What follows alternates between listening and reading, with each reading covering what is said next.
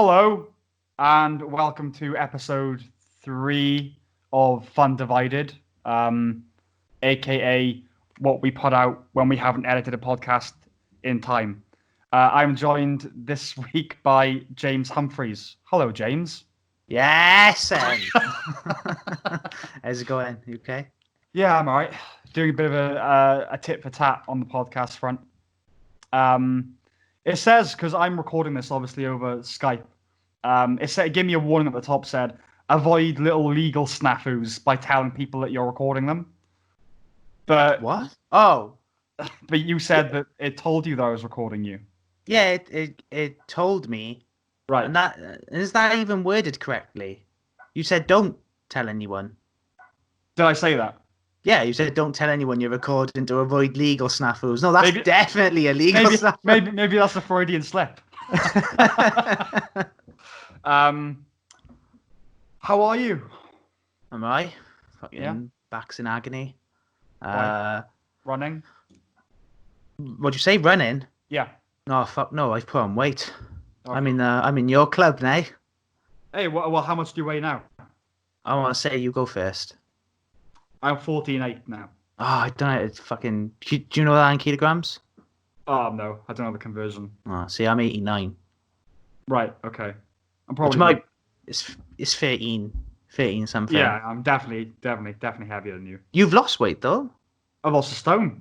You do look skinnier as well, mate. You're doing well. Oh, thanks. I'm happy for you. I'm happy I fat shamed you and made you lose weight. That is what it was. It was a mix of that and kind of just sheer denialism. In that, like I said, I hadn't weighed since school. That's the last time I cared about the number.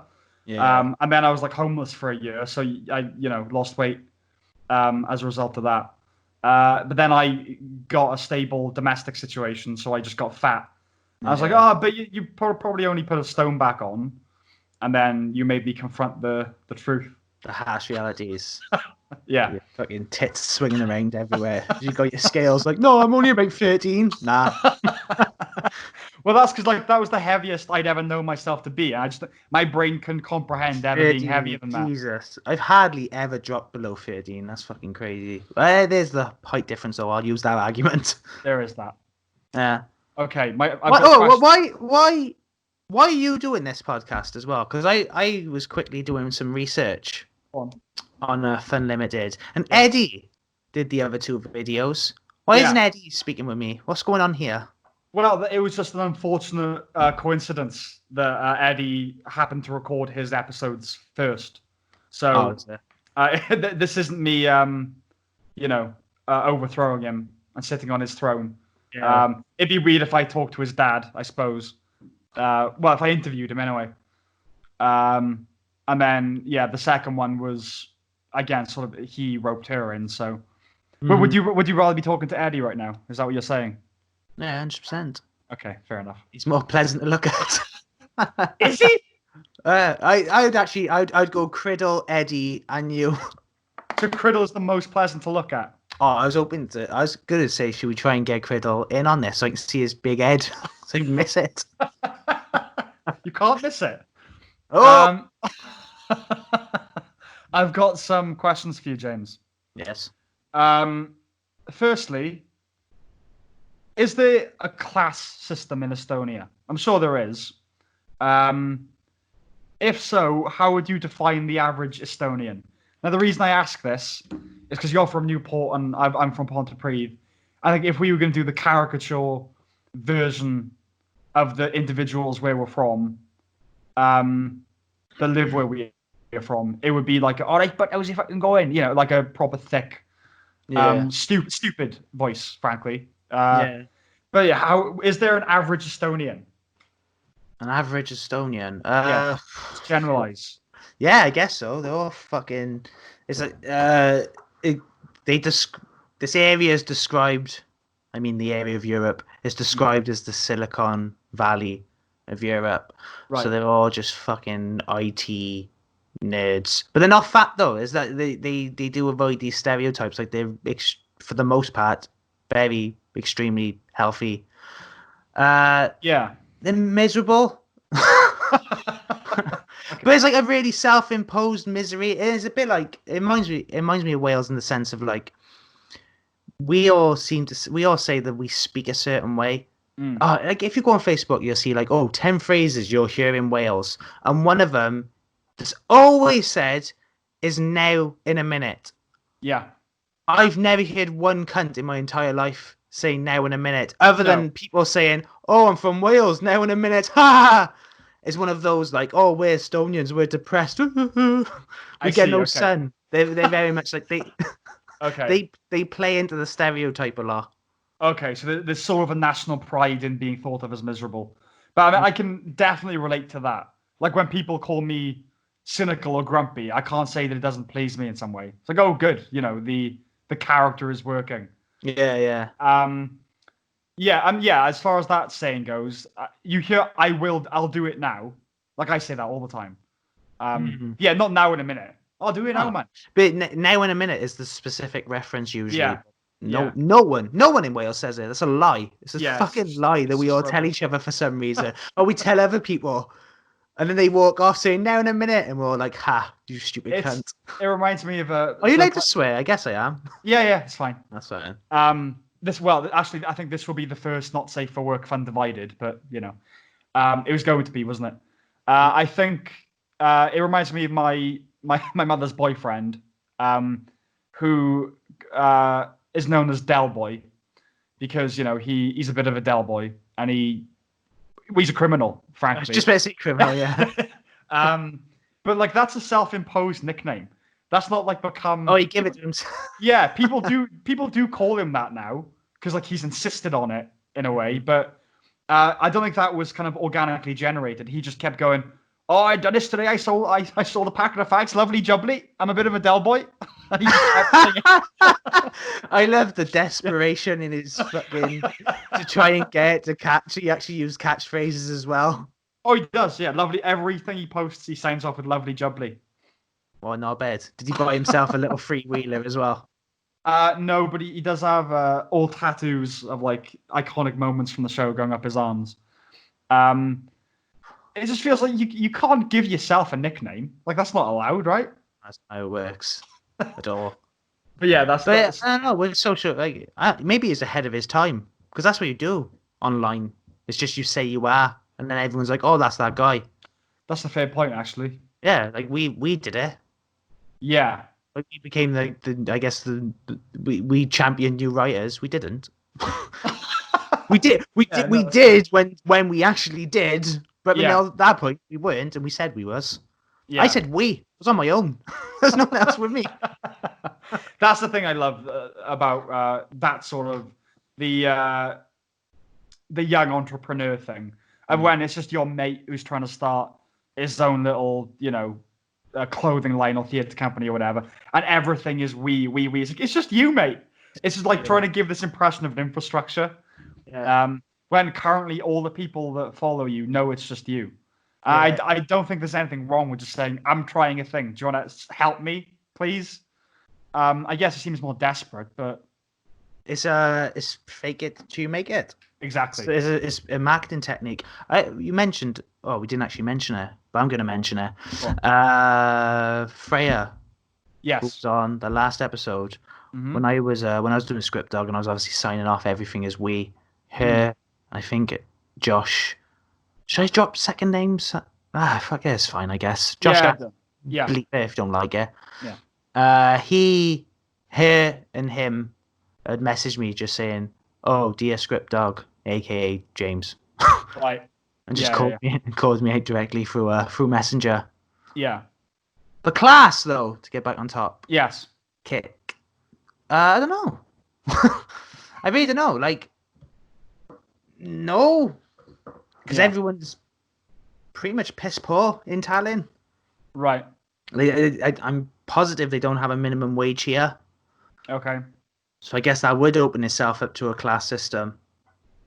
Yeah, there's a class system. I just don't know. I don't know the intricate ins and outs. Yeah, you can't. I know there's very ridiculously poor areas in Tallinn, and then just outside of Tallinn in the suburbs is just very affluent families.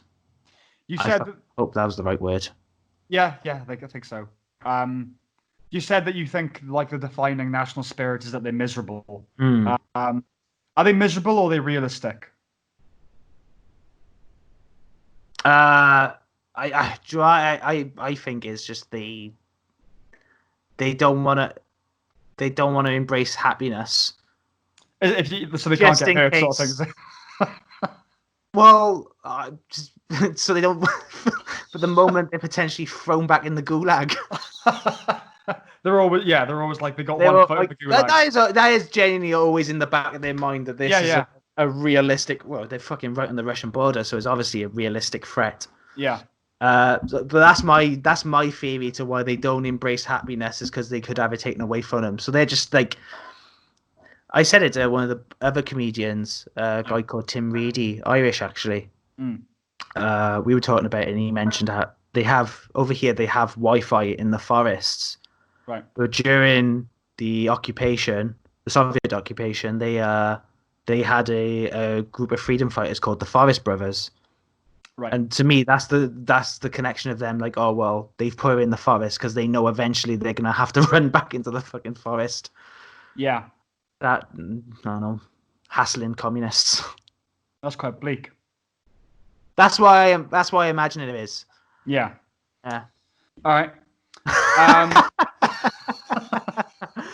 I don't know though, because but they're very proud. They're very nationalistic. Like they don't really. Right.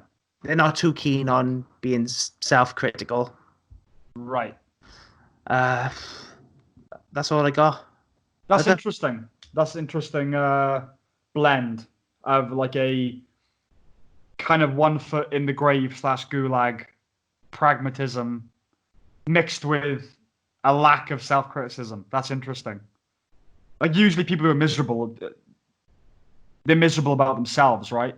Like I would say for the most part. Mm-hmm. Yeah, it's an interesting mix. Yeah, no, I don't think it's a self-reflecting thing. I think like if there's one like community spirit, it's just because they always have their history hanging over their shoulders, and their hands weren't exactly clean during World War II either, because they had to pick between two sides, and unfortunately, they picked the losing side, did they? Well, they picked the losing side twice, I guess. Okay, all right. I'm sure we'll get back to Nazis later, but for the time being, you are. You are a stand-up comedian, James. So called. Yes. Yeah. Do you write anything else anymore? Oh, do you know what? I've been desperate to start script writing again. I've been thinking about it loads, but I just can't. It's finding the time and getting myself motivated. Because I have a day job, so that takes up obviously that's 9 till 5. Yeah. And then in my free time is writing for stand up, and then obviously performing and stuff. So it just doesn't feel like there's any opportunity to focus on any other projects at the moment. But I've been really desperate. Yeah. So I have my own podcast called Pest from the West, but I've abandoned it at the moment because I want to rebrand it. I want to do like it'd be a complete rip off, but it just seems like it'd be fun. Is to do something like in the vein of Chris Morris. Right. It was Blue Jam. Yeah. Yeah, I want to do something like that, just something rancid. Yeah, I like that. Yeah. Well, because podcasts are really popular at the moment, and like he's just fucking ahead of his time, I guess. Because like what he did it was because it's a radio show. Yeah. Like 2 a.m. or something, wasn't it? On it, like ridiculous. Yeah, after dark sort of thing. Yeah. And it just lends itself so well to fucking podcasting. Just you go on a drive, you got this like transcendental music playing all the way through it as you just fade in and out of these different characters and weird and horrible scenarios. Yeah, it makes really good use of the form to be all wacky about it. And you know, it's not just sketches that are on the radio, it's the soundscape is like really a part of the whole thing. Like they're unsettling. Like I love comedy like that. For me, comedy it's at its best when it functions like on that borderline between horror and comedy. Do you know what I mean? Where like it's so unsettled and disturbed by it. You don't know what to make of it, sort of thing. There's a good example, like a quick example. You've probably heard it. It's Matt Berry. I think it's like the relaxation tape or something. You have, yeah. And it's basically just him, lulling the listener into a trance, like a meditative trance, and then it just gets obscene. Yeah, because it's good because obviously Matt Berry's voice is very deep and booming. I think when he starts it off, I think he's like, "Let's count sheep." Yeah. 1, 2, and then slowly he gets like 7 or 8, and then he's just like, "You fucking silly, you're a worthless cunt." Yeah. Because I think it's like an ASMR falling asleep thing too. Yeah, it is. Yeah, and then it's just like all these little demonic voices, like just laughing at you and calling you a stupid cunt. Yeah, that's great. But yeah, so my question was going to be, if you're considering diving back into scripts as well, when you get an idea, how do you decide where it belongs? At the moment, it's all just stand up. Yeah. During the pandemic, I tried to dip my toes in sketch writing. Mm-hmm. It wasn't exactly like it didn't work or anything. It's just once again just ran out of time. Right. And found time to work on it. And the last thing I did, so I during the pandemic, obviously couldn't do stand up. Mm-hmm. So I changed my focus to doing sketch comedies or just silly little bits. Mm-hmm. For the most part, there wasn't a writing process. It was just doing it on the fly. Right. But for the last one, it was about a terrorist. Basically, in Estonia, a 13-year-old got caught. I say get caught. The police found out that he was the leader of some right-wing neo-Nazi group in Germany. This 13-year-old, and he was like a fucking organizer. Basically, he was doing recruitment, fucking planning attacks in London, like some real fucking heavy shit. I gotta say, like, despicable, etc. But fair play for a 13-year-old. Like, he's ahead of his years, isn't he? Taking initiative. He is, yeah. He's precocious. So I did but in my mind, that like you could probably do it as stand-up comedy, but that's something that just lends itself way better to sketch comedy. And plus, because of the pandemic and no one could meet up, we had to do everything online.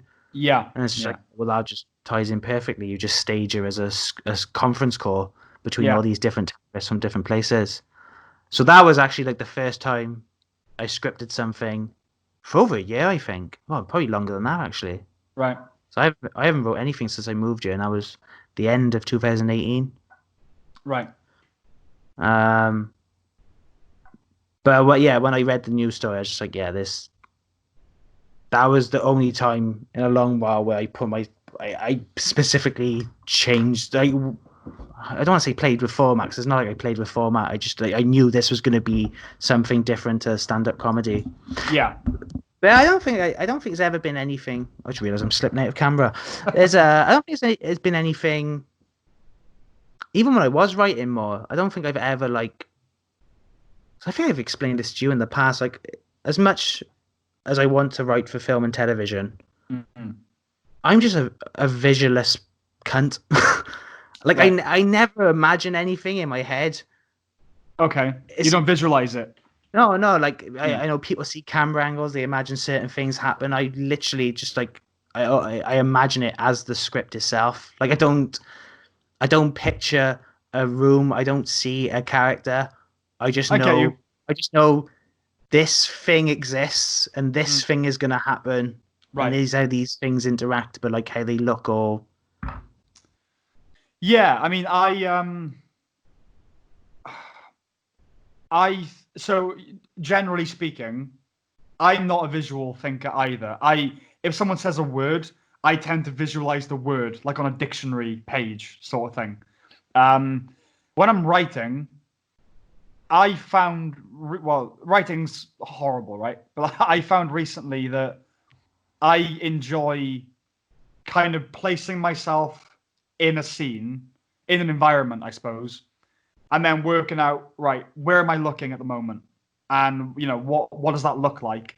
And you can't be explicit about like this is a wide shot or whatever. Yeah. So how do I communicate that? But yeah, like similarly, I'm a writer. I think I like words. So in a fundamental way, script writing probably isn't what I should be doing, really. But no, I know exactly what you mean. That you don't picture it in that way. Yeah. So it's never like, oh, I got this idea, it'd be perfect for a podcast, or I got this idea, It's just I have an idea. Yeah. And then format and everything else, or medium or whatever, that comes way later. Do you save anything? So like for instance, if I get like a good line of dialogue, I'll put it in this just ever expanding document. Do you ever do that, or is like if it's good you just use it straight away? I obsess Right over stuff. So up until doing stand up, actually, I never write anything down. There'd just be always an idea in my head. So if I'm daydreaming or in the shower or whatever, like I'll just drift off to this thing and expand on it more and more. Yeah. But now I try and write everything down. You just get it all done. See, I found that I do that, like like I said, this infinite document. But if I start a new project, I tend to find I use nothing of what's in the document. Yeah. It's more just there's like historical reference sort of thing. Like, but can you give me an example? Like, what do you mean? Like, when you say a line, is it like, oh, this would be something cool that someone could say? Yeah, like because like I have written songs as well, and I consider doing stand up. And so for me, it was right. What is this? Is this a lyric? Is this a line in stand up? Is this or is this a cool bit of dialogue for a character to say? I can quickly get up a random example for you. Yeah, do it. Let's see. Random. No, it's not that. The title of the document is the wackiest thing ever. It's called Notional Notions. And I apologize for that. I've been thinking about doing something like that though. I used to keep a little notebook on me, but the tiniest little notebook for making down like random thoughts that pop into my head and stuff. But yeah, no, I got some shitty little app on my phone where I'll just type in something I thought like, oh, if I think there could be something in there, I'll just write down the premise and then look at it later, and then 99% of the time realize it's shit. Yeah, I recently kind of went through this and just got rid of everything that was not great, which suggests that anything I read out to you should be really good, but I know that's not going to be the case. So I've got like just a list of character names. Yeah, that haven't been assigned. I'm terrible with names. Joe, I'm not a creative person at all. I can never fucking come up with names. Fucking bane of my life. I love names. I love names and I love titles. Yeah. That's the most fun bit of it. Let's see. Okay, random quotes. Well, some are just direct quotes that I've heard in life, and I thought, oh, that's got to be used. So I remember, I think it was Eddie. Eddie had done something, and I have no idea what it was. And I said to him, "Are you being deliberately iconoclastic?" And his response was, "No, I'm just fucking retarded." I thought, well, that's got to go in something. There's a little like Oscar Wilde / like kind of witty. Suicide depends on the individual. That's like a Radio 4 pat on the back kind of line. Do you know what I mean? Yeah, that's a.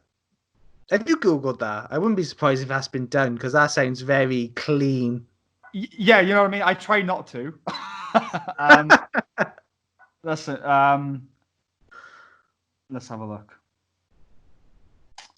I'm Satan in arachnoculture. Makes you want to murk a cunt with love. I dreamt that. But that's basically the idea. Just I like those words. That's what it usually is for me. Is having fun with words. Yeah. So do you, when you sit down to do stand up, when you write your stand up, when you sit down to do stand up, there you go. There's a line. No, get that in the book. Fucking nonsense dreams or whatever it was called. Do you have, when you write material, do you like sit down and go, right, I'm going to think about this topic and come up with material, or does life just hit you with material and then you compile it? Different. It's all both. It's both things. Yeah, like something that happened, I'll write about it or try and think it can be turned into something. Or the biggest one is just I'll sit there for fucking hours and just ponder about stuff. Right. I've been trying to do it lately because the open mics have started back up now because they're starting to ease the lockdown over here. And I was trying to just sit down and like dedicate like an hour or two to just doing some writing, but it just really doesn't. I really don't think it works like that. You have to just be on the move and just write as you go along. I think so. Yeah, I think so. It's probably the same with script writing as well, to be honest. Yeah, I've tried. I've tried everything. Like at the moment, my screensaver is just the sentence, "You're not a writer." Because I feel like if every day I'm faced with that, like, no, fuck you, computer. I've proved you wrong. But yeah, like I tried setting like giving it a kind of 9 to 5 work day sort of thing, and it never works. It's always. Yeah. But what I found has worked is I'm gonna write 3 pages a day, and it's like if that takes me an hour or 4 or 6, as long as I do that amount, I've done the work for the day. I've tried that. I've tried the one joke a day, and it's just fucking just adds way more pressure, especially because like I have to work as well. Yeah. So there's only realistically in like 2 hours maybe. There's 3 in the evening. So when I'm just sat there and I'm like, right, I'm going to write something, I can't think of anything, and the more I can't think about something, it just starts to make me fucking angry that I just can't piece anything together. I'll tell you what I do a lot actually for writing jokes is I'll go through just any resource I can find online. That helps a lot. Yeah, because they'll talk about structure, fucking ideas for how to write jokes or generate topics and stuff. And I always find that because they always supply their own joke as an example, and it's always rubbish. I think I'm very snobby in that sense. Like I'll see something, I go, "That's shit. I could write this way better," and then I fucking just steal their topic basically. Well, that's sort of my next question is, how do you decide when something is funny enough to be proclaimed on stage? Oh, if I fucking laugh my head off. If I just laugh, I'll use it. Though this is what happens to me every single fucking time. Yeah. Is I'll think of something that I find is funny. Like I'll give an example to a bit I have used. Is there's this film over here. It's based on a massive book called Truth and Justice. I'm not even bother trying to pronounce it in Estonian. I can't fucking read it. And we watched it in the cinema because they recently adapted it, turned into an adaptation. Right. And there was a scene. There's a scene where this family. They're living in a farm. They're having kids finally. They got about 17 kids. And then some sort of fucking virus hits them, like some scarlet fever or something. Hello. So they're all running around coughing, fucking not looking well. But there's a scene. There's a scene where this kid, I think the mother screams or something. The father goes into the room, and the mother's holding one of the kids, and he's died. Right. And it's really sad. Everyone's crying and stuff, and the camera slowly like pulls away, like leaves them in the room. All the kids are like not sure what to do with themselves. Everyone's staring. It's really sad. And eventually, you see 2 other kids also in bed, and they've got little wet towels on their head, and I just burst out laughing. It's just the idea of just like they could see the kid and they're like, "Fuck, that's us next." I thought that image of just like shit, like knowing the end is coming, I thought was funny. Yeah. So I wrote. Oh, but I was thinking about the idea that it's just like it'd be impossible to even be that depressed back in those days, because that was a part of the plan, is you'd have massive families to compensate for the fact that you're going to lose a few kids. Sure, yeah. So I was like, I was on stage, I was talking about the idea of it just being like an inconvenience. So like back in the day, you expected to lose a few. You come home like, "Oh, who's dead now?" Well, I did a whole act out. Because I wanted to be all controversial and politically edgy. Sure. So it was like, oh, who's dead now? Oh, did oh, was it? Who's dead now? Do you know what? I honestly can't remember the lines. Like cat eggs, it didn't work. But basically, it was the mother saying like, "Oh, where the kids have died? Who's dead now? Oh, it's Yuri." And then the dad going, "Oh no! Oh, who's dead now? Is it Yuri? No, it was one of the girls. Oh, thank God." But just no one, no one. But I thought, I thought that was funny, but no one else did, so I got rid of it. But every joke I wrote leading up to that point got a really big laugh. So it's weird. Like the things I find funny, no one seems to find funny.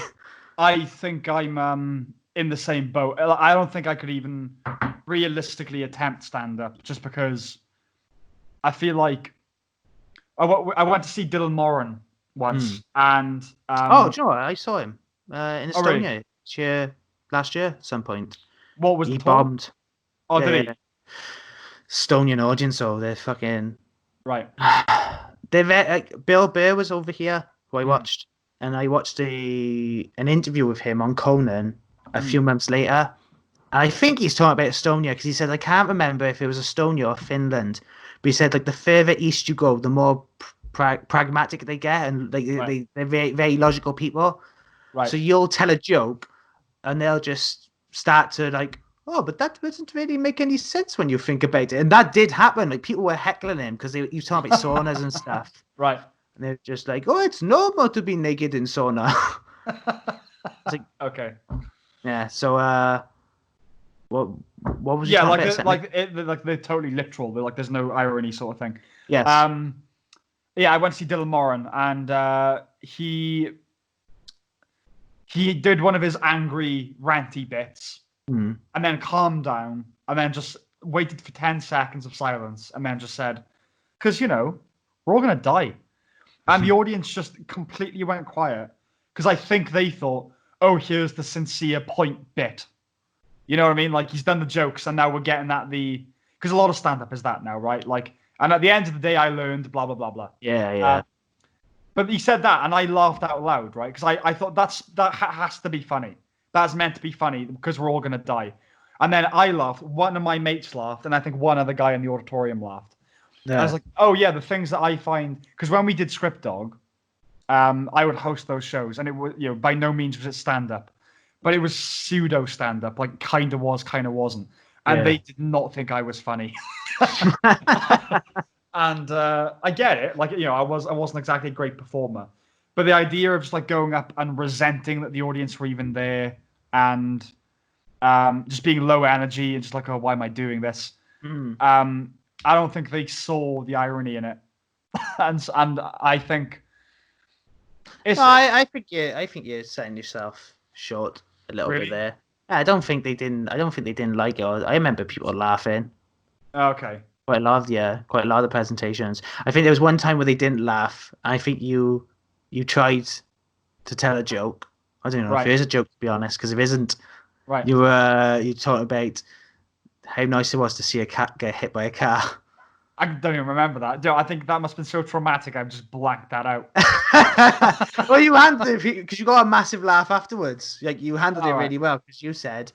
I think maybe the theme, one of our secret themes was serendipity. All right. Maybe. And you were talking about there was serendipitous that happened to you. Right. I think it was you were talking about how you hate cats. Yeah. You hate cats, and one was coming towards you, so you like stamped at it, and it ran out into the road and got hit by a car. Yeah, that's true. And it got hit by a car. And it was just fucking silence. You went, fuck you, I thought I trusted you all. That got a big laugh. Okay. Yeah. Okay, maybe I've got a completely perverse memory of it then. But I don't know, like you've done it a lot longer than I did. Have you got over if you ever did have it, the can't remember what the fuck just happened when you're up on a stage? No, now I don't. Yeah, that's good. Did you ever have that? Yeah, I remember when I first presented Script Dog. It's happened a few times afterwards. I had I guess it's tunnel vision. It's technical term, but I literally, like, I remember it felt like there was a fucking earthquake inside my head, and I couldn't see in front of me. I just went like completely blind. Like everything was really blurry. Like I could sort of focus on one spot, but like, and I went deaf as fuck. Like I'm wearing these noise cancellation headphones. It sounded very much like that, like as if you just covered your ears and started speaking. You can hear that echo inside your own head. Yeah. It was that. I had that real fucking bad when I first presented Script Dog. Afterwards though, it's more like I don't know, like it's a little jitter almost, like my jaw will lock up or something, like something will start, but now I don't get it at all. Like I'm comfortable bombing. I don't mind people not laughing or silence. Like yeah, I don't my feelings, but it doesn't like I know I wouldn't bitch up or freeze up or anything. Like I can just move on with that. It doesn't mean anything. I think I would find it difficult to have. Well, okay, I'll phrase it as a question. Do your particular brand of stand-up, do you find it's more jokes or is it personality based? I know it can be both, but what would you say you lean more towards? Jokes. Jokes. It's all like God though. Like if I was in the UK, I think it would be 100% personality. I don't even think I'd write jokes. Yeah. Here they just cannot understand me. Right. They really they think I have the thickest accent in the world. Which, to be fair, I do have a thick accent. I'm not gonna shoot them down there. But they treat me like a foreigner. I don't know any other way to explain it. Like I ordered food the other day. They spat in it, did they? Well, no, I answered the phone and it's like, "What floor are you on?" I said 6. They said 5th. No, 6. 6. I was just screaming at him down the phone. You're going 5th. They do it all the fucking time. Yeah. So I have to tell jokes. Like when I perform here, it is very scripted and very like you have to transcend your personality. Basically. Yeah, I get it. I mean, that's the thing. I don't think I could do jokes. And that is a flaw because I think it's Chris Rock that said like you can have, it doesn't matter what your character is or your shtick, you have to have jokes. And I don't think that I could do that convincingly. I mean, like I it's a grand comparison, but I would compare it to someone like Stuart Lee. I would be nowhere near as good. But that thing of doing jokes would feel like, oh, you just did a joke. That's like a bad thing that you just did that. And I think if I bombed, I don't think I could just carry on with the material. I think I would have to just laser in on the fact that no one was laughing and start attacking the audience. And I don't think that would be funny. I think you'd just be tragic. I don't know. It depends who you are as well. Like in the UK, maybe that wouldn't work. Over here, they love it. Really? If you just like, maybe it's unfair for me to call him out, but Caleb Bruneck, I've noticed one thing. He's an American comic. I've noticed one thing he does is he does a lot of audience interaction. Pretty much only does audience fucking crowd work. Sorry, he does a lot of crowd work. And there was, I don't know. He has this format now where you just pick a girl out of the crowd, say something about her, and then usually call her a slag. But and the audience is just like they fucking love it if you just call someone a fucking slut, especially a woman. Don't really pick on the guys over here. They don't really like it then. But a woman, you fucking got free reign. I don't have that problem, but I won't attack the audience. I usually just go, oh, all right, and then move on. Yeah. But my biggest thing is and one of another comic, Oleg Kalinkin, Estonian this time. Yeah. He told me, I know this is true. I think it was true in the beginning as well, because you saw my first 2 performances. Yeah. It's I'm very angry on stage, and I think you've got angry energy, definitely. Yeah, and I think a lot of it is just like a defensive cover up of like if it all goes wrong, it's like, well, I knew that anyway. Fuck you. I'm a step ahead. Yeah. Okay. So. Yeah, I don't attack the audience, but I definitely I could chill out a little bit. Right. Yeah. I think that'll come with time, right? I don't know. Maybe. Yeah. Yeah, I think so. I don't know. But it could just be my personality as well, because I really like the amount. Because he said he sees it all the time, and like the amount of times I feel like I'm being like smiley and over, like a bit too, like up. Yeah. But apparently, it's still the rage. The rage bleeds through. Yeah, it just comes through. It comes out my pores. Okay, let's go psychoanalytic. Why do you think that is, James? Well, I think it is. I think it is the defensive thing, or it could be. I know this is a big thing with video games. I only rage if I'm really into something. Just if you care about something. Yeah. So, like if I'm playing a game, at first I'll have fun, even if I'm getting my ass kicked. I'm like, oh, this is really fun. I'm enjoying this. But then as soon as I start to get a bit better and I realize I can play and stuff, that's when the rage. Rage comes in. I think it could be the same with stand up, because it happened to be like the last performance I had, I bombed.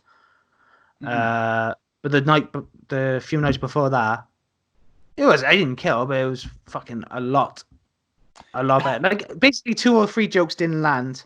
Yeah. So, and then the same material, and it happens all the time, to be honest. The same material didn't work the next night. Yeah. So I think I went into instant defense mode. It sounds like a haunting precursor to I only hit her because I love her. I wouldn't do it otherwise. Just she makes me so angry. Don't say that. A lot of people have said the way me and my missus talk to each other sounds like very domestic abuse. Sexual abuse. Okay, on a broad scale, do you recommend Estonia? And I'm asking for a friend. What friend are you asking for? Well, his name is don't know if I should say his name actually, because what does he want to do? Why does he want to come here? Well, it's not that he wants to go there. He wants to leave here, I think, is the fundamental drive. He said Estonia seems neat. Ask James about it. So I'm asking you about it. Yeah, I would. Yeah.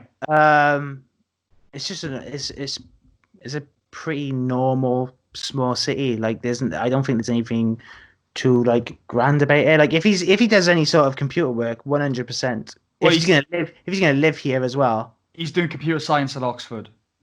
Oh yeah, this is where you see that. It is, okay. Yeah. All right. I'll definitely feed that back to him.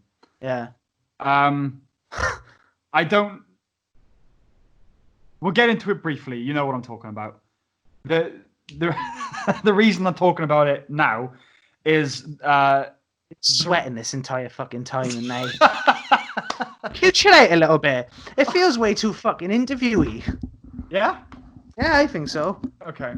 I put my legs up now to try and compensate for this conversation. I'll try and relax. There we are.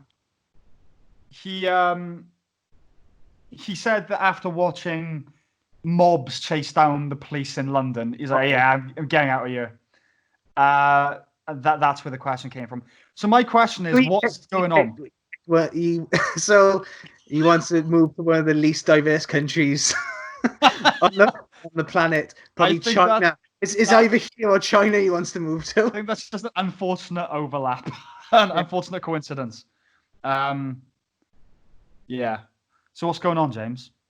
What, here? Internationally, it's the end of the world. No, it's not the end of the world. It's the end of the Western world. Yeah. Okay. How do I phrase it as a question, other than what the fuck is going on? I suppose there's a purge happening at the moment, right? Mm-hmm. And I know you're not particularly. Would you say you're particularly political? No, I don't give a fuck. You don't care. You're like most people, I would say, like a bit of left, a bit of right. You know, you want to work in television, right, or film at some point? I'd like to. Yeah. Are you worried about the industry? Yeah. But I think even without the politics, because to be fair, like, well, we spoke about this a little bit. Yeah. Line, and I've been watching Hollywood, right? on Netflix, and it explores. I think it's Hollywood during the 1960s. I think. I think it's the 50s, but I could be wrong. Oh, 50s. Either way, they and obviously it goes into sexual exploitation and stuff like that. But like, it just seems no different. Hollywood seems no different now than it did then. I don't mean because the sexual abuse still takes place. I mean like you have to suck dick. Yeah. You want to be a part of the club, you got to suck someone's dick. Yeah. Like back in the day, it was actual. You had to suck actual dick. Yeah. Now you have to fucking suck the whatever's the hot trend. I think you have to bend. Yeah. Yeah. You can. I don't know. Maybe if you were fucking particularly fantastic, you wouldn't have to bend the knee. But I think it's past that point now. Like they have their voices who are doing their own thing. Like maybe the worst example, but Quentin Tarantino probably one of those examples where it wouldn't matter if Hollywood didn't like him. He can still do his thing, and he'd still have his movies pumped out. Well, Woody Allen, I guess that's an example. Hollywood like him though, right? I don't think so. Not anymore. Sure? I mean, they love Annie Hall. They can't. They won't give up. Annie Hall. Yeah. Not since like. He fucked his daughter, basically. I think. Well, it's a complicated situation, but I mean, like, since that article, the Ronan Farrow stuff came out, I don't think he's gonna get a good review again, even if it's a masterpiece. Yeah, but Hollywood hasn't thrown him out though. It hasn't yet, but I mean. And who's the other one? Maybe you just said his name. Roman Polanski. Yeah, the fucking. Yeah. The weird guy who raped fucking 13-year-olds. Yeah, the rapist. And Hollywood loves him. They do, and it's an interesting one. There's obviously hypocrisy is rampant throughout Hollywood, and a bunch of entitled.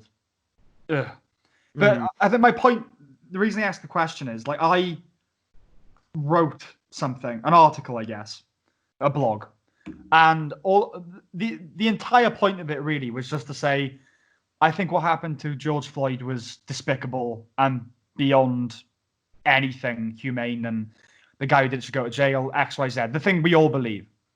But also, can we also say that killing people is not an acceptable response?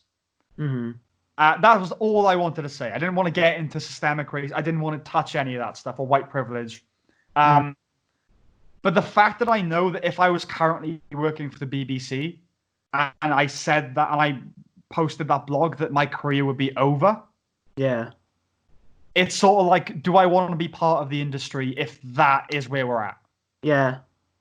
Yeah, I know what you mean. But that's what I was going to lead to anyway. I think even regardless of the politics, like it's gonna eventually collapse. Especially because I think they put too much emphasis on, when I say minorities now, I mean minority complaints. Like they listen to small groups and let them determine the way companies behave.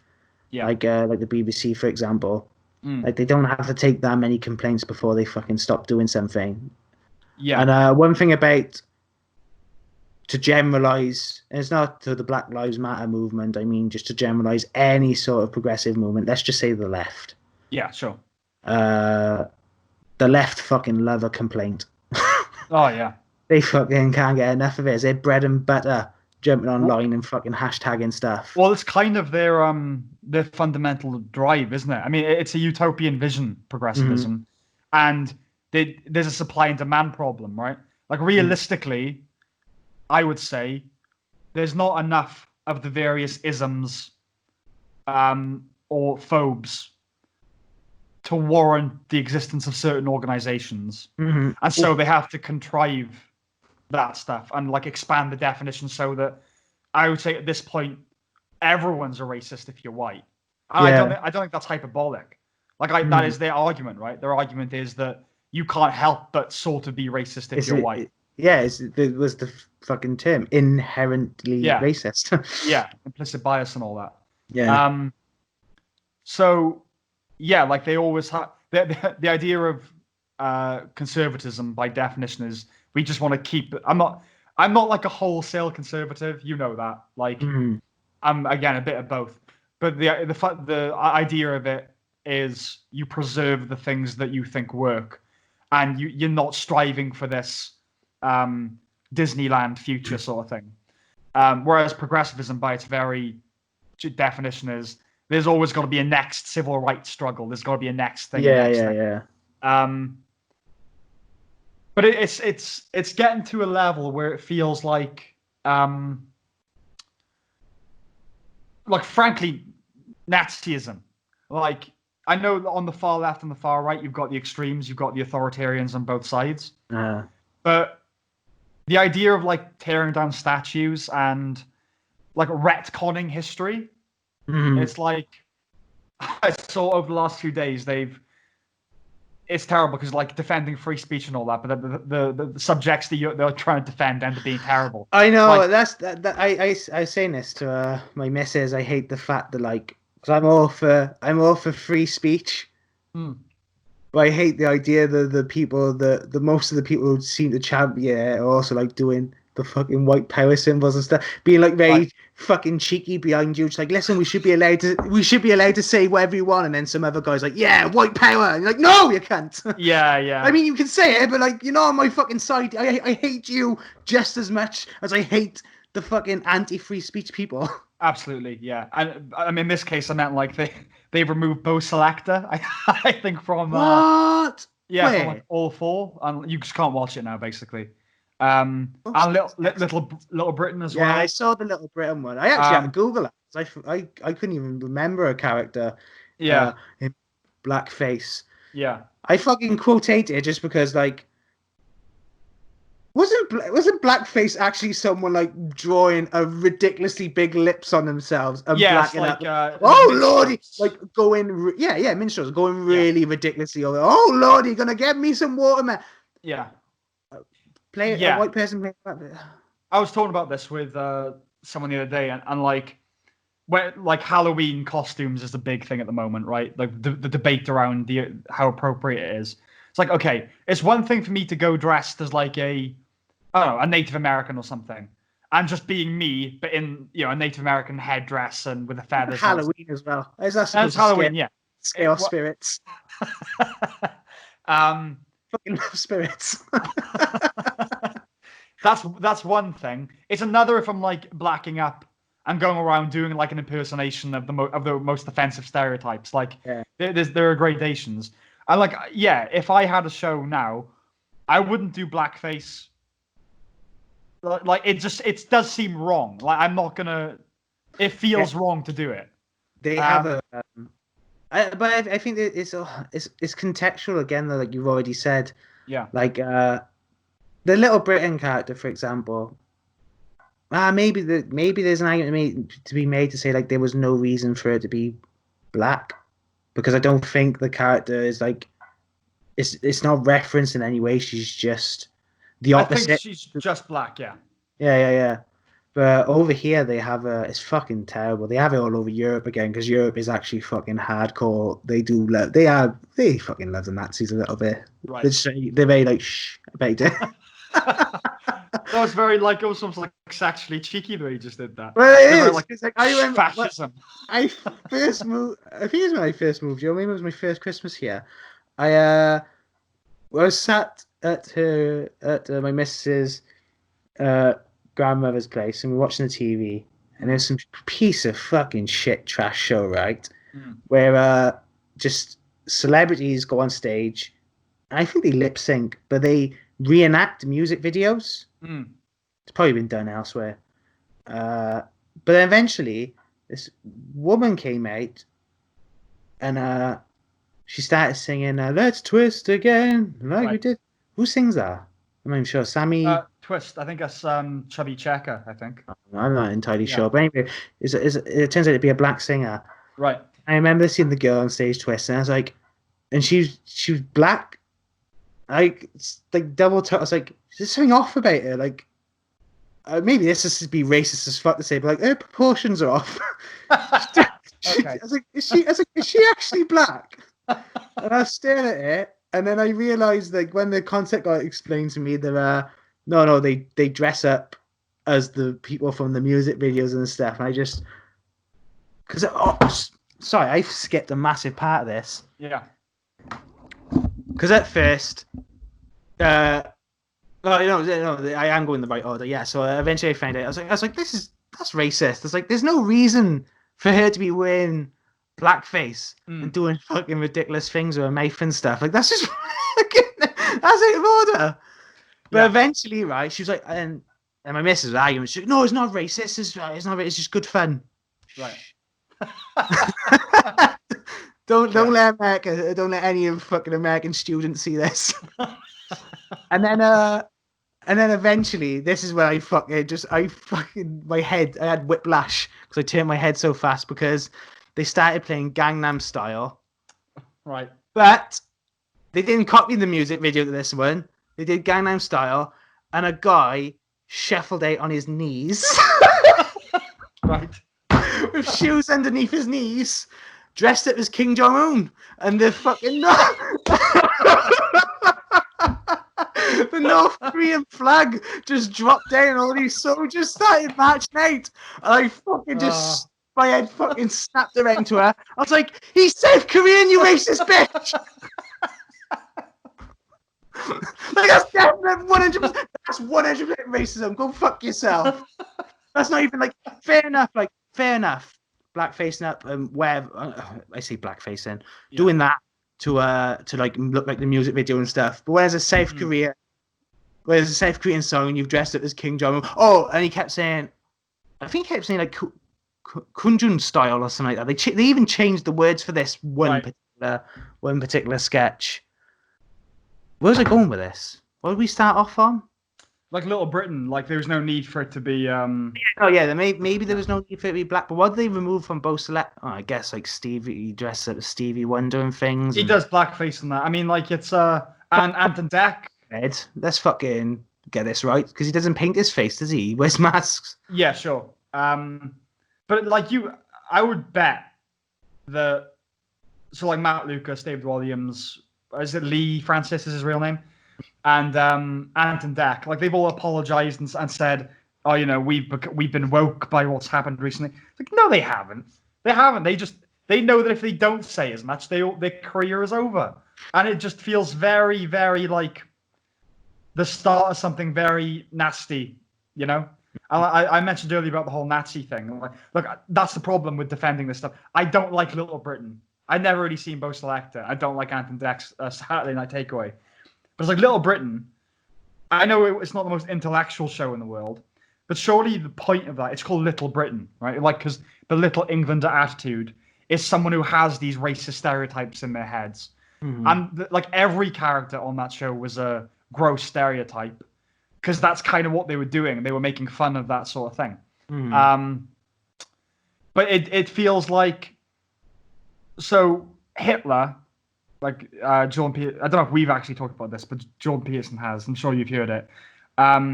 Wasn't motivated by fear of the Jews. It was disgust, right? Mm-hmm. And like the first thing that Hitler did when he came into power was clean up all the factories in Germany, put flowers outside. And like the gas they used on all the cockroaches is the same gas they used to exterminate the Jews. Mm-hmm. It's clear like he's obsessive, compulsive, neurotic. Probably washed his hands 10 times, you know, like that sort of guy. And I actually, it's going to sound terrible, I relate to that. And I do genuinely see that if you are incredibly neurotic and obsessive compulsive, how you can go that way of like, okay, I have to be clean. My room must be clean. Yeah. The street must be clean. The country must be clean, you know. And if you've got those racist attitudes, that's how it's going to manifest. But this is exactly what this feels like now, of like rewriting history. And some things are now like, some people are non-persons and like you can't say certain things. And it feels very like, let's clean it all up and like remake it in our image sort of thing. And I don't know. I said to you before we started recording, the phrase that keeps flashing in neon in my head is good Germans. Good. And I just feel like most of the people who are supporting this stuff aren't diehard ideologues. They're just, I'm not a racist, so I guess I'll support this movement. And it's the whole road to hell is paved with good intentions sort of thing. And yeah, it makes me think that you and I would have been part of the French Resistance back in the day. Well, this should be rebranded as a limited fun. Firstly. Well, ironically, this is Fundivided, so. Oh, divided fun. Yeah. There we go. It's fucking perfect. You're gonna fit right into the New World Order. I don't see Nazis though. I just see dirty fucking communists. Oh yeah, that's what I mean. It's like it's the other side of the scale, but they're behaving the same way, you know. Yeah. Well, they're pretty much exactly the same, really. They're both run by fucking thugs and hooligans and fucking people who just want to take power for themselves, clutch the power. So, like, just the ways they go about doing it is different. I guess the Nazis were a bit more caring in the sense of like they provided for German people, whilst the commies were just like, we're just going to redistribute everything, so everyone will be fucking in the shit. And I think it's very much more like a communistic movement than some sort of fascism, but the same principles though, isn't it? The fucking shutting down language. Though it is weird with all the videos at the beginning of the rioting, with just tons of journalists being arrested by police. I remember seeing the first video of the CNN reporters just like, I know, just getting arrested live on air. They just put the camera down and just leave, just walk them off into a van. Yeah, I mean, like, I remember saying to my missus, like, "Oh, this seems very much like maybe something bad's about to happen. This seems very much like, oh, let's get everyone out the way so we can smash some cunts in." Right. Yeah, I know that. In that. And the police have obviously there've been some terrible behaviour. But the thing, like for instance, uni lads, I think it is, that they've been doing every day. Completely blocked them. I blocked them years ago. I blocked them yesterday because what they've been doing is posting the pictures of people of color who have died, been killed by the police or died in police custody since these riots have started. I think I could be wrong there. They have posted no pictures of police who have been murdered. Of David Dawn, I think his name was, the black police chief who was murdered. Of the various people of color who've been murdered by other protesters. Yeah. Not one. And it's just like, this is actually fucking despicable. And yeah, okay, this is not so much fun anymore. But like, I've been so pissed off. And like, I want to talk to you just to have a laugh, frankly, because I found it so difficult the last couple of weeks. Like basically, I can count on one hand the number of people for whom my opinion hasn't gone down. Everyone, as a result of this, like, oh my god, you're that. Like, I don't think you were that bad. And it's just like I've had a humor bypass since all of this, and it's like fucking hell. Yeah. So, do you know about like Evergreen College? You probably like Brett Weinstein and all that a few years ago. Maybe, possibly. Okay. I'll try and like tell quickly because you're meant to be talking more than me. But like, so you've taken a very dictator approach to this podcast. Eddie's out for one. Well, if it was Eddie, he'd be fucking jutting his jaw out. We'd be talking about his bald head probably and woken, and it'd been a good time. Well, you said that it felt too much like an interview, so no, I'm just gonna talk. No, Evergreen College basically it's like a very left institution. And this biologist worked there, Brett Weinstein, very eminent biologist. And they had a thing at the college where I think there was a film or something, or it happened one year where white people they weren't allowed on campus? Is it that? Yeah, so the tradition was that black people, there was a film or something where people of color didn't show up one day to prove how much like they were needed. Like, you notice the things that weren't being done because they weren't there, sort of thing. And that tradition was observed for decades, I think. And the tradition was that the students of color would voluntarily not go in that day and just kind of as like a day of whatever. And then one year they changed it so that if you were white, you couldn't come in, I think, or something like that. And he just said, no, it's one thing for people to voluntarily not do something. You can't force people to do something. It's two different things. And this caused uproar, and the students took over the campus and literally like held the dean hostage. Yeah, I've seen this actually. Yeah, it became a massive thing, and everyone's like, "Oh, it's just like these nutty." When they get out into the real world, life will make them grow up. And it's like, no, what happens at universities happens everywhere else, like 3 or 4 years later, and this is it. This is what's happening. Mm-hmm. It's like we are on the brink of and I'm trying not to sound over dramatic with all this stuff, but it does feel like we're on the brink of a hostage crisis, basically. Yeah. Where like we are in one way or another going to be forced to bow to this ideology. And I know it's the worst. It's the worst. It's the worst hostage crisis ever. At least like the Taliban are a bit scary. Like I'm like, oh fuck. Imagine then. Imagine fucking Antifa, fucking green hair, just every stereotype you can think of the left. That'd be in your what are they even called?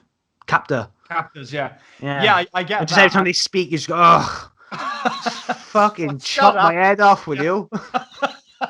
I get that, but like I think that's part of the problem, isn't it? Is you got those people spearheading it. And like, let's face it, they've killed people. They have killed people. But then everyone else just goes, well, I guess this the dichotomy is I'm either racist or I'm with them. Yeah, but this is communists again. They're fucking against free speech, aren't they? Because they've just said that language means one thing and not another. Because like another thing they hide behind is like whatever you can say, they can just say, "Oh, you're racist." Yeah. Like, oh, when the argument you're racist. But if you then try and dissect their stuff, like if you talk about Antifa, for example, being a fucking actual terrorist organization. Yeah. I'd just say, yeah, but Antifa stands for anti-fascist. You are anti-Antifa. Yeah. No, I'm not. Like, I don't need. Like, it goes without saying. Firstly, doesn't it? Yeah. Are we anti-fascist by nature? I'll say, if I'm not anti, I'll be fascist. You'll know. I'll say I'm fascist. But other than that, like they use that, and it's like it goes into like fucking Islam as well. If you have an argument with someone about like, oh, there's extremist Islamics, and like, yeah, but Islam means peace. Okay. Yeah, I know. Yeah, I know. They're not doing that, though, are they? Yeah, jihad is an inner struggle. Yeah, all right. It's the best marketing move I've ever seen, calling themselves Black Lives Matter, because then you have to disagree with Black Lives Matter. I was saying to a friend the other day, and this is how bad it is. I said, okay, let's put one thing on the table. There is the sentence Black Lives Matter, which we all agree with. And then there's the organization, capital BLM, Black Lives Matter, which we can disagree with. And she was like, I don't get it. How can you? No, they're the same thing. It's like, no. There's the sentence, then there's the organization. And people can't comprehend that you can agree with one and take issue with the other, It's a fucking brilliant PR move. It is, because you have to go like, I don't agree with Black Lives Matter. You don't agree that Black Lives Matter? It's brilliant, you got to give them props for that at least. Oh, I was talking about predictions earlier as well. Yeah. I think another thing, and it's weird as well because because I don't think it's true about rewriting history because they want to remove statues, but they want it to be known that these people they want to focus on the fact that they were slave traders or whatever it is whatever horror they contributed to during their existence. They want that to be known, right? But they just don't want the statues to be there. Fuck, man, I had a really poignant point. I can't remember what it was. Fuck, it's gone, man. Oh, it was about Nah, it's gone. I was going to talk about the fact I fucking blanked it completely. Then just throwing down statues, and they wanted to like rewriting history. So they don't want to rewrite history. They want to because they want us to know about these people. Yeah. Oh, I'm not going to say this point. Actually, I just realised this. I don't know if it's going to pan out. The more I think about it, it's not so much inflammatory. It's just I don't know. They want to right. They maybe that is the point I'm trying to make. They do want to rewrite history because it's weird that like I don't understand the end goal either. Like, what's this going to achieve? Yeah. Like this idea of like if you say a certain thing, you're labelled as this. And you can't redeem yourself. You can't say sorry. You can't go and educate yourself because you're not fucking allowed to, right? Yeah. But what's this gonna do for equality? Like, if someone's lost their job for something they said, why the fuck are they gonna then be like, oh, now I've learned my lesson. Now I'm fucking gonna be friendly to these people. Yeah. Who's costing my job, regardless of who those people are. I mean, So it's weird that they try and they're trying to preach that like we should learn about our history, but they're not about educating. There's one guy. Yeah. There's this. What's his name? He was on Joe Rogan. It's a fucking awesome podcast. There was a Daryl. I want to say like Daryl Davis or something. He's basically he's a black guy, jazz musician actually. Yeah. Who just hung around with KKK members and converted them. Yeah. And it just seems like, why wouldn't you be trying to take this apology? Like, why the fuck do you think violence is gonna or being this extremist is gonna solve any problems? You're just basically they see groups of people or people lean one way on their politics as behaving this way, and then you behave that way. And all they're going to do is just retreat online. This is white guys probably will become the next fucking jihadis. Well, that's why they're going to go online and they're just going to get more fucking extremists because they know they can't explore these ideas offline because they fucking lose their job.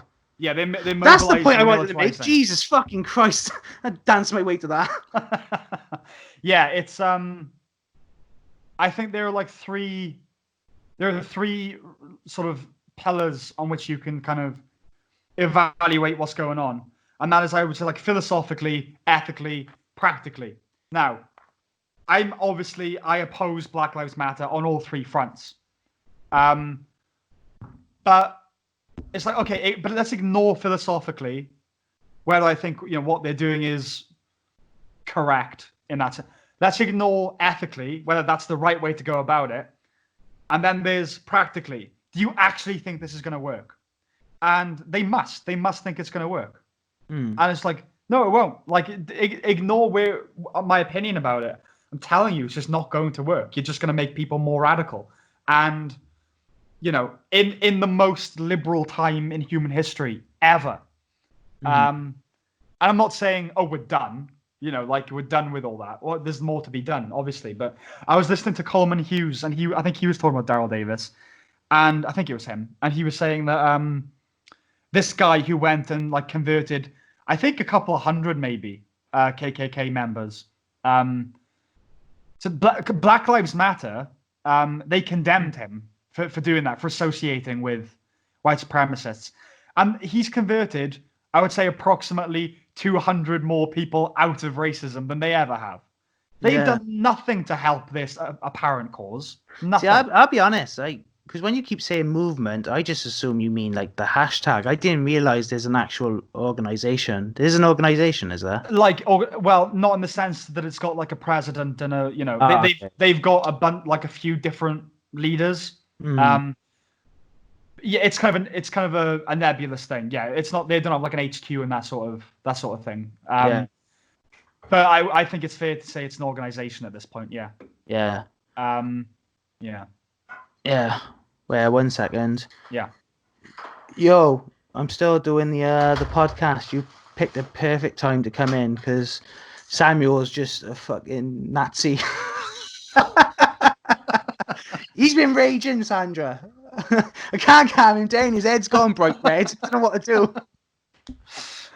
Yeah, it's the thing is sad. Is sad times. It's sad. It's dangerous, and I'm like, I went through my angry political phase in university, where I was like, oh fucking hell, these far leftists and all that. And then I calmed down, and then this happened, and it sort of like reactivated me. I've been like a sleeper. This has been the secret. Born identity. Born identity, yeah. And I've been wary of like I mentioned the humor bypass thing. I've been wary of just not being fun, like with my friends and everything. But I do genuinely think I've been very trepidatious about sounding too overdramatic or like academic about it. Yeah. But I think we are in like a genuine existential crisis. Yeah. Yeah, I think. Because that is probably the biggest problem with it all. It's just people trying to find their fucking group, which is not exactly anything new. Because, like, hey, rabid some people are with all these different things, like just defining something as concrete, like there's no gray area. It's you either are this or you're not this. Yeah. It's like fucking religious fanaticals. So it probably is just like a load of people who's got fucking nothing going on in their lives. Look, this is a religion. Like the hands down, it's a religion, and I think COVID is a big part of it, right? So like people needed an excuse to go out and do something. Even that, to be fair, I hate that too. I hate this whole like, and it's been going on for years. Is this very like, oh, if you fucking do this, you fucking do that? Because like that happened. Obviously, the pandemic, the lockdown and stuff. Yeah. Everyone was like, "Oh my god, I can't believe you'd go outside and risk everyone's life." Then the protests happen, and then everyone's fucking out and about. But I did hate the people who were just like, "Oh, when we have our second wave, you're gonna do it." It's like it's not. You can do both. You can stay home. That's the other thing with the protesting as well, because a lot of people are doing this whole, silence is violence. It's like, no, I just... But so is speech. So I don't know what was, like, interpretive dance, I guess, is all we have left. You kick someone in the face. Why'd you get that? Supposed to be quiet then, and she's bringing in chocolate. Chocolate. That is part of it. Don't get triggered again. When saying that speech is violence and silence is violence, well, all you've left us with is violence. Yeah. There's nothing left. Well, there we go then. Whatever I do is violence, so I may as well use violent violence. Yeah, that's genuinely, I think, part of what's happening. Yeah. But I mean, how? Go on. I thought you were going to say, so when you're writing your scripts, where do you... what software do you use? Celltex, if you must know, Sam. Celltex. I use Movie Magic, Screenwriter. Yeah. Celltex is gone as far as I know. You can't find it online, but you have. It's deep in some links. It takes a while to find. Yeah. I suppose the only other question I've got is, how bad does it have to get before this isn't like an accusation? Before you feel a responsibility to say something, like how far does it have to go for you to actually go, oh, fuck this and fuck you? I'm not kowtowing. Well, I'm in Nazi Europe, so right. It's alright. It's alright. That's right. For you guys. Oh shit! 1 second. It's I don't know. I think. I really don't know. Because I gotta be honest. Like, I don't really care what happens to the UK or America. I mean, in the grand scheme of things, it's shit because they're realistically the protectors. Can you speak a second? Yes, I'm speaking. Oh, okay. Yeah, realistically, the protectors, like NATO gets a lot of their funding from UK and America. Like they defend the world. So that would be shit if something bad happened to America or the UK for the rest of the world. But I really don't know, because I have thought about this. Like, when's the moment? Like, okay, come on now, you're going a bit a bit too far with this. Maybe when they do a merger. When there's, and it'd have to be led by, because it makes me really sad. Like, I was listening to I listened to loads of Patrice O'Neill. I was watching a Bernie Mac stand-up clip earlier today. Yeah. I think it's just someone like that's needed. Someone. So to be fair though, black guys, they're basically white at this point now. They can lose everything just as easily. Right. So you need someone who represents that ideology, but is also willing to just be the bridge. Like, come on, gang. Right. Stop fucking showing off, will you? Yeah. I mean, I don't think they exist though. I mean, I've been sharing a lot on Facebook and stuff, and I've been playing an identity. Twice I've sort of like sunk to their level, I suppose, in the sense of I wrote that blog and I thought my friend sent me the video that I attached to it. Which is basically of a woman sobbing that because her sister was murdered by her. I even sob. It's like guttural. Like it's horrible. It's controllable. It's really bad. Yeah. I thought, right, I'm gonna use what they use, which is emotion, and like if you can read that, watch that, and then disagree with me, like at least I know where we're at, sort of thing. That was one, and then the other time that I use their tactics is I would say like 80% of the stuff I've shared on Facebook has been black people talking about systemic racism and debunking it and all that sort of thing. Because I just thought if I'm just posting white guys chatting about this, they're just going to think they're part of the system they're trying to overthrow. Yeah. So at least if they're black, they can't use that against the argument. Yeah. But you know, what has happened is exactly what you think would happen, which is just no one has engaged or said anything at all. Wait, because you're not on Twitter, right? Not personally, no. Oh, I follow this one guy called. To be fair, I don't really like him, but that's the only reason I follow him is because like half the things he writes, I'm like, I agree with that, and then the other half I don't agree with. Yeah. But the amount of times he's showed, because he's a conservative, right. But the amount of times a black conservative, and the amount of times he's just showed messages of people just calling him Uncle Tom and stuff, like people, oh you fucking black slowless bastard, you fucking joining the white man, they're gonna kill you, and it's just like ravenous, like fucking just rabid. Yeah. So I think they do exist. I think I guarantee there's a transgender who's gone through operations who is a die-hard conservative as well. There has to be. Blair White. I wouldn't say she's not hardcore conservative, but she certainly espouses sensible opinions about this stuff. I guarantee she's hated. Oh yeah, they hate her. But they'll say the things that they say you shouldn't be saying. Like they'll stoop to those levels. Well, it's Majid Nawaz, isn't it? The guy who wrote the book with Sam Harris about reforming Islam. So this is a dude who was a Muslim radical, like was going around the Middle East getting funding to attack cities in Europe. And then he got arrested, was thrown in Egyptian prison, was tortured, and then reformed basically while in prison, and is now like the most sensible, level-headed person about this stuff. And because he wrote a book with Sam Harris, who's an atheist and an Islamophobe, they call him a porch monkey and Uncle Tom. You know, they throw this stuff at him all the time, and it's just like, I don't even know. I don't even know how to argue with you. Yeah, how can you argue with that? He was going to blow you up. How's the alternative better? Yeah. I should say culture, isn't it? Oh, fucking God knows. Yeah.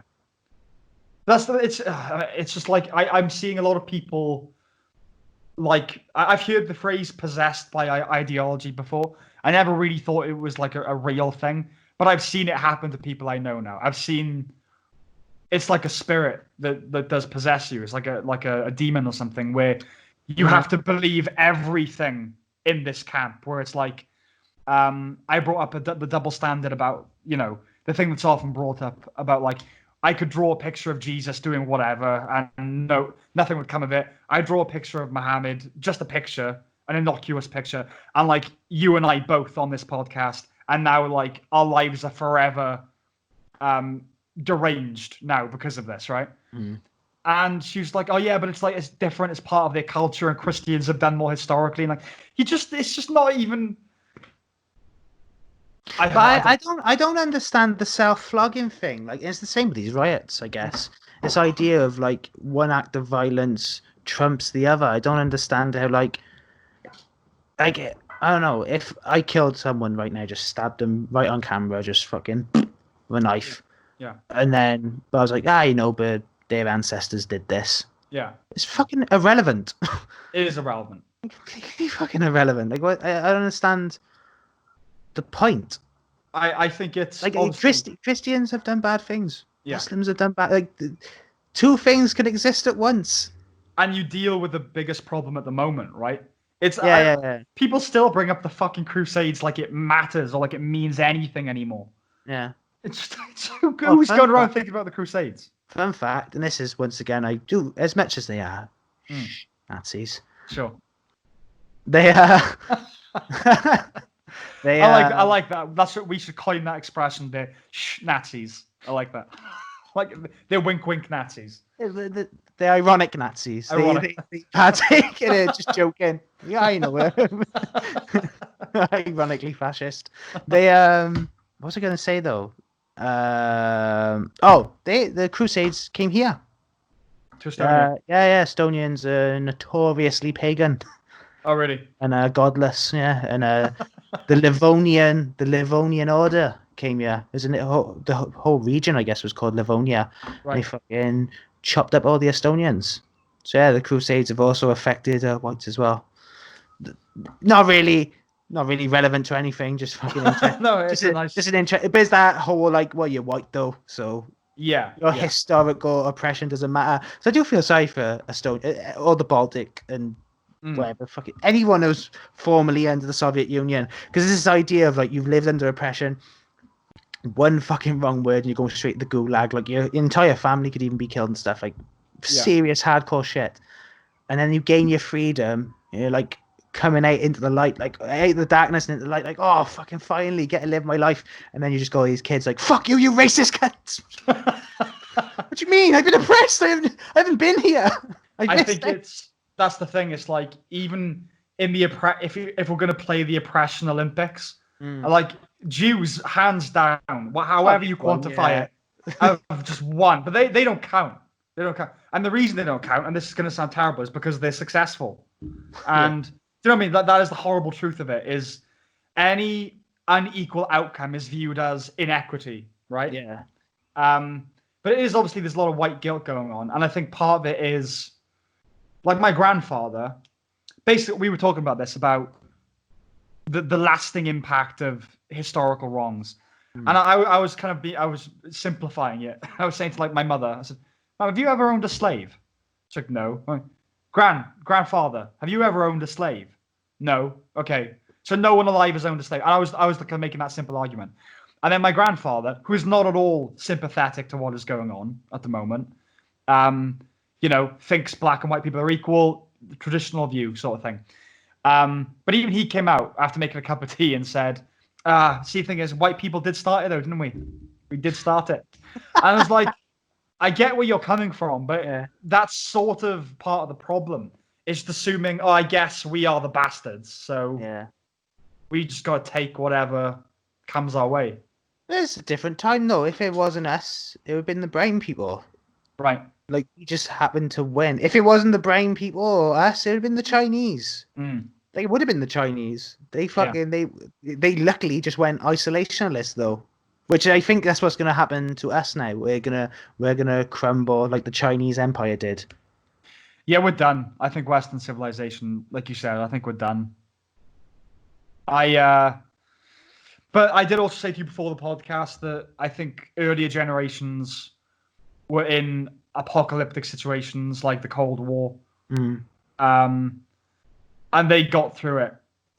And so there is hope. And I think there's a lot more people who are on our side of this argument that aren't saying anything, which is kind of reassuring, but not at the same time. But I think our generation is the first that is going to manage to not solve it. Do you know what I mean? I just don't see us having the courage or the tools or the means to do it.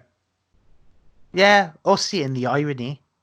Yeah. Like, we blame, like, a lot of people from our generations blame the generations above for wrecking the planet, but we're going to put the younger generations in an even more impossible situation. Oh, yeah. Because I think it'll devolve into America splitting up. There's going to be a lot of bad shit that's going to happen in the future. Yeah. Maybe not right away, but inevitably. And I reckon a president will get shot again. Maybe not Trump. Maybe Trump, because I think that they'll only need one Democrat to go in, or one Democrat to not be 100% progressive, and I think they'll just shoot that one. So you're not enough, so we're going to just kill you. Because we've shown we can do that now. That if we don't like something, we can just go and actively, we can go around the system and just get around it. Do whatever the fuck we want. Yeah, basically. Yeah. So I think that'll happen, and then that's when states will be like, you know what? Fuck California. Yeah. And fucking fright to death in the sun and cut off their fucking water. So they don't even have water in fucking Los Angeles. Good fucking luck. Switch off the water pipes. Well, it keeps hitting new level, like, because part of you is you're just so used to a presumption of normality, I guess, to a default, that you just assume that this will all die down and we'll basically get back to normal. But then every headline is like, oh shit, it's not. So like the whole thing of now Minneapolis, they're like genuinely like disbanding their police force, aren't they? Fuck them. Have you heard about this? They can do. I've heard about the defund police thing. That's another like. I don't see why not one American has gone. Have you not seen the UK? They have actually defunded their police, and they get acid attacks, stabbings, and actual genuine terrorism. Yeah. We don't stop terrorists. We let them kill British people because there's no one to fucking stop them. Yeah, I mean, like you said, a lot more people of color will die if we like, an infinitely more amount of people will die if we get rid of the police or change it really in any fundamental way. We're all against brutality. We're all for reforming the police in that way, but like, it's just fucking because it's going to get to a point that even if there are still police forces, then they're going to refuse to go to minority communities. Because I wouldn't. I would if I was a cop. I'm not going to a a black person rings you and says a black guy has robbed my apartment. All right, you sort it out. You don't want me there. Too many people match the description. I'm not going. Too fucking risky. Yeah. I'm like, do you have him? Yeah. No. Get it then, innit? Because I was thinking about that. Because I wonder at what point. Because I guess the biggest comparison to this would I know nothing about it, but would be the Rodney King riots. I guess. Yeah, sure. Would be the biggest thing that happened before this thing. Yeah. And I wonder how that like resolved itself, because there is obviously a moment where, because police didn't go into the ghettos. I think during the 90s they were just like, fuck it, let them shoot each other. It's nothing to do with it. But they were like that, and that was active racism. Like the police, I'd say the police force were a bit more anti-black then than they are now, right? Maybe.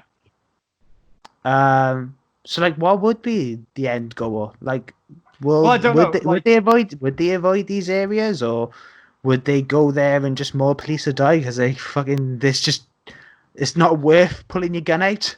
Well, like you said, we're never ever going to get to a situation where a black person's not getting killed by the police in any circumstance. It's always going to happen, whether they're armed, sometimes unarmed. It's just the numbers, it's too big to like stamp out completely. And there are probably always going to be racist police officers, because while I'm all for, we have to really make sure that the best people are being selected to be cops.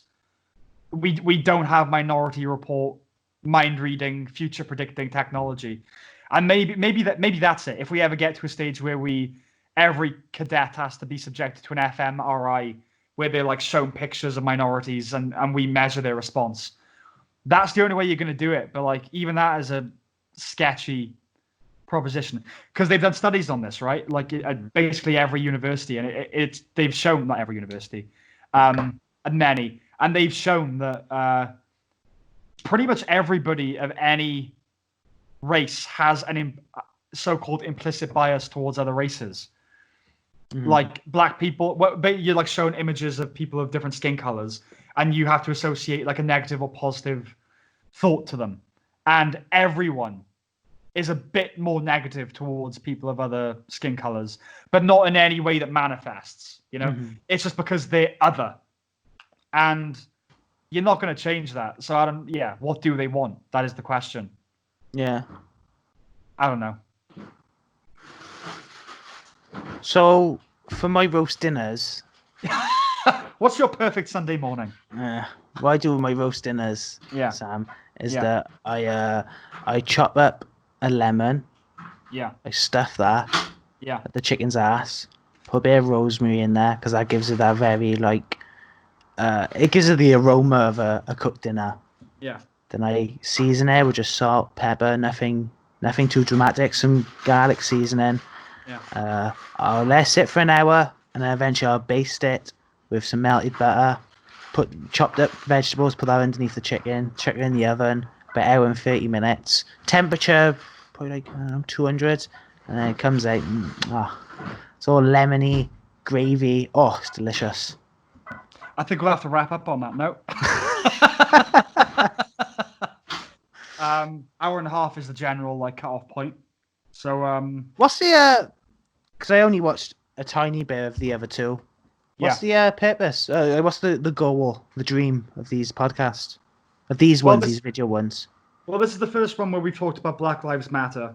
Yeah. I think the goal it's more just like having one-on-one conversations rather than I'm not necessarily talking about film and television and the fun filtered thing. So yeah, there's no goal really. It was more just to expand the pool of people who participate. I think you're like my one and only. Like you stop talking. Just leave it at that. Yeah, you're my one and only. Yeah. All right. Well, do you want to plug your various things? Oh, before I do though, what have you been writing, Sam? I've been writing. Where's all this anger coming from? I've been writing a feature film, a screenplay. Yeah. That I completely. It was one thing, and then I completely destroyed that one thing, and now I'm rebuilding it. But it's basically rebuilt now, so I just have to write it. Yeah. It's interesting. I mean, like, it's quite a broad idea. I don't generally go in for broad, so that's been an interesting challenge. Like, ideally, I want to be Mike Leigh meets Quentin Tarantino. Okay. I don't know if I'll be able to achieve that, but that's the aim. It's always nice when there's been a problem that I've had with it for months. I just couldn't figure out how to solve. I mean, I solved it the other day, and it was genuinely like a moment of ecstasy amid the fucking chaos, a fire of depression. So there you go. There's a sun on the horizon. Yeah. Even if it turns out that the sun, in this case being our industry, thinks we're racist. Well, that's a bleak note to end on. So, do you want to plug your stuff before we wrap up? You could make it yourself, though. Wouldn't be hard to self-produce. You're supposed to be doing that with this, right? Yeah, that's the idea. That is the idea. But, yeah. So, if I haven't already been kicked off of social media, you can follow me on Facebook at James Humphreys Comedy. That's it, actually. I think I'm going to delete Twitter. I can't handle it. It's probably anymore. a good shout. Yeah. Yeah. So probably just that. Oh, and Instagram, James Humphreys IG. If you type in James Humphreys, maybe I guess Estonia, James Humphreys Estonia on Google, you'll be able to find my YouTube channel. That's got various stand-up clips and some of the sketches we were talking about earlier. And that's it. There's nothing going on at all. Okay. There's nothing to flog. There's not internationally anyway. That's all. Stay tuned, sort of thing. Yeah. Okay. Yeah. Thank you very much. Oh, thank you, Sam. Okay. I've done nothing for you. Okay. We'll do this again soon. Right. Okay. Ciao.